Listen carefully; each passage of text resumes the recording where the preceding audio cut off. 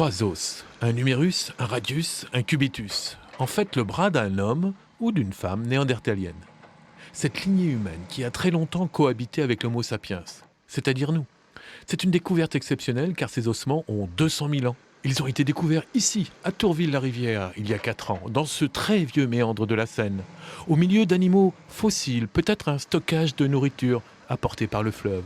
Les scientifiques ont même détecté une malformation sur ce bras néandertalien, un trouble musculo-squelettique dû au geste fréquent de lancer des objets. Le bras, une partie du corps néandertalien que l'on retrouve rarement. Pratiquement tous les gisements ont livré uniquement des vestiges de crâne, de l'extrémité céphalique ou des dents.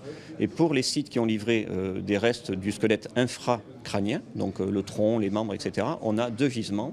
Il y avait le site de Boxgrove en Angleterre et le site de Tourville maintenant. En fait, c'est son ancienneté qui fascine les scientifiques, car ces ossements appartiennent à une lignée qui précède le néandertalien, le pré-néandertalien, dont les vestiges sont extrêmement rares. Ceux de Tourville accréditent l'hypothèse de sa présence au nord de l'Europe. Ils appartiennent à un individu adulte ou un grand adolescent.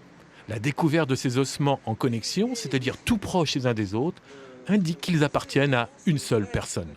Le plus souvent, ce sont dans des contextes de dépôt volontaires, que l'on peut qualifier de sépulture, que l'on peut retrouver ces situations de connexion anatomique. Là, en contexte de plein air, a fortiori dans un contexte de fond de vallée, c'est extraordinaire.